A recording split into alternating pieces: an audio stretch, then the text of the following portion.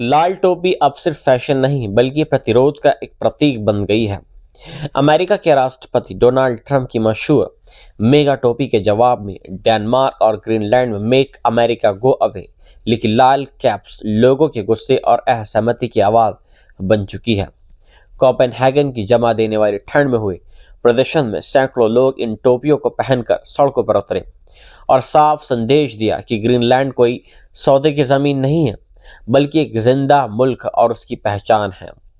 यूरोपीय सरकारें डेनमार्क के समर्थन में खुलकर सामने आ गई हैं और चेतावनी भी दे दी है कि ग्रीनलैंड को लेकर धमकियां पश्चिमी सुरक्षा और आर्कटिक स्थिरता को कमजोर कर रही हैं।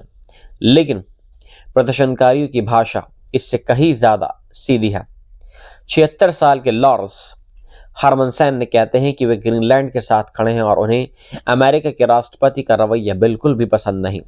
वहीं 49 साल की क्रिस्टियन बॉय कहते हैं यह प्रदर्शन हल्के अंदाज में है लेकिन संदेश बेहद गंभीर है, क्योंकि ग्रीनलैंड के लोगों को यह महसूस कराया जा रहा है कि उनके देश पर कब्जा किया जा सकता है।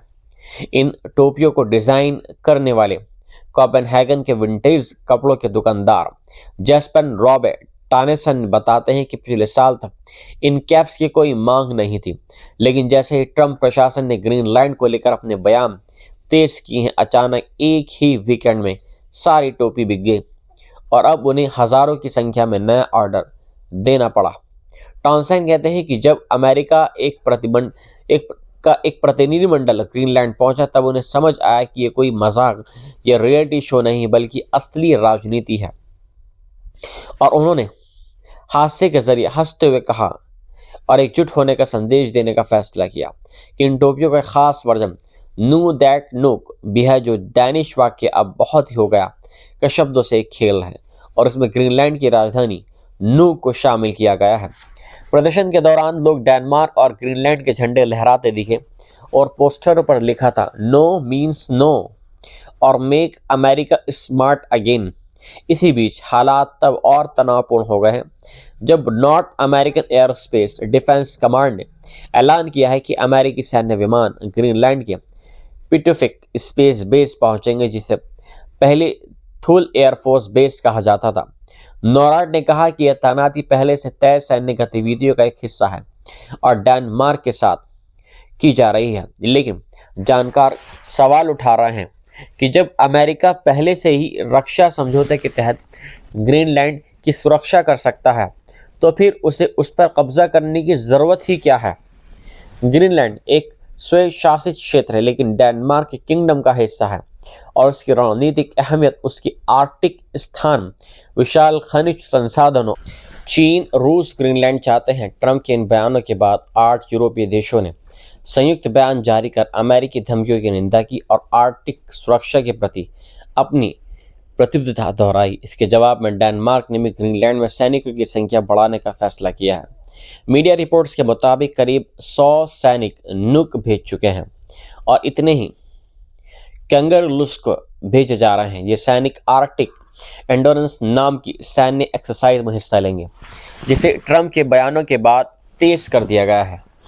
व्हाइट हाउस की तरफ से ये संकेत भी दिए गए हैं कि जरूरत पड़ने पर ग्रीनलैंड को सैन्य तरीके से लिया जा सकता है, जिसे डेनमार्क और ग्रीनलैंड दोनों ने सिरे से खारिज कर दिया है। आज ग्रीनलैंड सिर्फ बर्फ से ढका इलाका नहीं बल्कि वैश्विक शक्ति संघर्ष का एक नया केंद्र बन चुका है, जहां एक तरफ लोग लाल टोपी पहनकर विरोध कर रहे हैं और दूसरी तरफ दुनिया की सबसे बड़ी सैन्य ताकतें अपने जहाज और सैनिक तैनात कर रही हैं। सवाल यह है कि क्या ये दबाव की राजनीति है या आर्कटिक में एक नए टकराव की शुरुआत, और आने वाले दिनों में यही सवाल पूरी दुनिया की दिशा तय करेंगे। लाल टोपी अब सिर्फ फैशन नहीं बल्कि प्रतिरोध का एक प्रतीक बन गई है। अमेरिका के राष्ट्रपति डोनाल्ड ट्रंप की मशहूर मेगा टोपी के जवाब में डेनमार्क और ग्रीनलैंड में मेक अमेरिका गो अवे लिखी लाल कैप्स लोगों के गुस्से और असहमति की आवाज बन चुकी है। कोपेनहेगन की जमा देने वाली ठंड में हुए प्रदर्शन में सैकड़ों लोग इन टोपियों को पहनकर सड़कों पर उतरे और साफ संदेश दिया कि ग्रीनलैंड कोई सौदे की जमीन नहीं है बल्कि एक जिंदा मुल्क और उसकी पहचान है।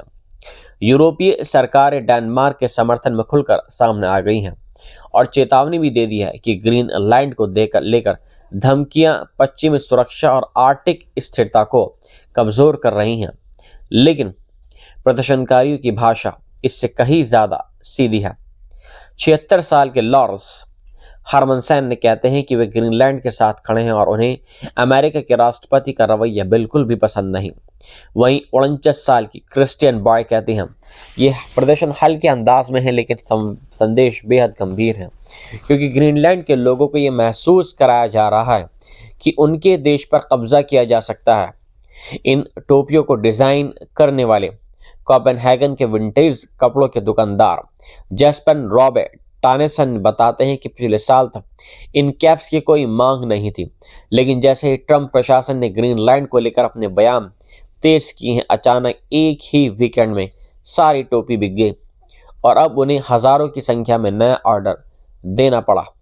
टॉनसन कहते हैं कि जब अमेरिका एक प्रतिनिधिमंडल ग्रीनलैंड पहुंचा तब उन्हें समझ आया कि ये कोई मजाक या रियलिटी शो नहीं बल्कि असली राजनीति है, और उन्होंने हास्य के जरिए हंसते हुए कहा और एकजुट होने का संदेश देने का फैसला किया कि इन टोपियों का खास वर्जन नो दैट नोक भी है, जो डैनिश वाक्य अब बहुत ही हो गया का शब्दों से एक खेल है और इसमें ग्रीनलैंड की राजधानी नूक को शामिल किया गया है।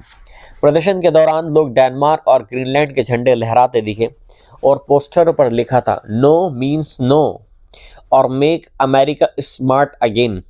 इसी बीच हालात तब और तनावपूर्ण हो गए हैं जब north American aerospace defence command ने ऐलान किया है कि अमेरिकी सैन्य विमान ग्रीनलैंड के पिटुफिक स्पेस बेस पहुंचेंगे, जिसे पहले थुल एयरफोर्स बेस कहा जाता था। नॉराड ने कहा कि यह तैनाती पहले से तय सैन्य गतिविधियों का एक हिस्सा है और डेनमार्क के साथ की जा रही है, लेकिन जानकार सवाल उठा रहे हैं कि जब अमेरिका पहले से ही रक्षा समझौते के तहत ग्रीनलैंड की सुरक्षा कर सकता है तो फिर उसे उस पर कब्जा करने की ज़रूरत ही क्या है। ग्रीनलैंड एक स्वशासित क्षेत्र है लेकिन डेनमार्क के किंगडम का हिस्सा है और उसकी रणनीतिक अहमियत उसकी आर्कटिक स्थान, विशाल खनिज संसाधनों। चीन, रूस ग्रीनलैंड चाहते हैं। ट्रंप के इन बयानों के बाद 8 यूरोपीय देशों ने संयुक्त बयान जारी कर अमेरिकी धमकियों की निंदा की और आर्कटिक सुरक्षा के प्रति अपनी प्रतिबद्धता दोहराई। इसके जवाब में डेनमार्क ने भी ग्रीनलैंड में सैनिकों की संख्या बढ़ाने का फैसला किया है। मीडिया रिपोर्ट्स के मुताबिक करीब 100 सैनिक नुक भेज चुके हैं और इतने ही कैंगरलुस्क भेजे जा रहे हैं। ये सैनिक आर्कटिक एंडोरेंस नाम की सैन्य एक्सरसाइज में हिस्सा लेंगे, जिसे ट्रंप के बयानों के बाद तेज कर दिया गया है। व्हाइट हाउस की तरफ से ये संकेत भी दिए गए हैं कि जरूरत पड़ने पर ग्रीनलैंड को सैन्य तरीके से लिया जा सकता है, जिसे डेनमार्क और ग्रीनलैंड दोनों ने सिरे से खारिज कर दिया है।